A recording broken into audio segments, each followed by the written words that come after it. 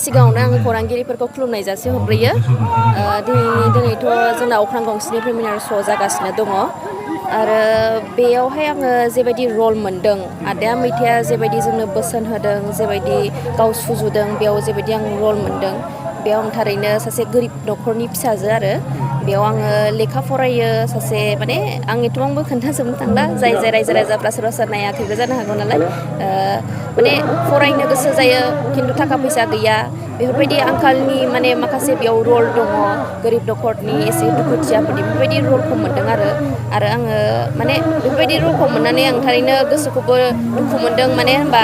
जोंनि गासिबो बर'फ्रा सोरबा माने सुबुंफ्रानो आरो बर'फोरल' नङा गासिबो सुबुंफ्रानो सोरबा बेबायदि आंखालाव दं नालाय बेफोरबायदिखौहाय मेसेज होदों आरो आदा मैथाया बेनिखायनो आं बिराद गोजोननाय मोनदों बेबायदि रलखौ मोननानै आरो नैबे फिल्मखौ नायनो थाखाय रायजो राजाफोरखौ माबायदि खावलायनो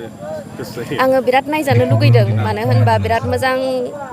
मुभि बियो सावथुन माने आंनो एक्साइटेड जादों बेखौ नायनो थाखाय माने टेकनिशियान माखासे बाजेटनि बादि खमबाबो बिराद मोजां जादों बे फिल्मा आं बेखौ होनो आरो जाबाय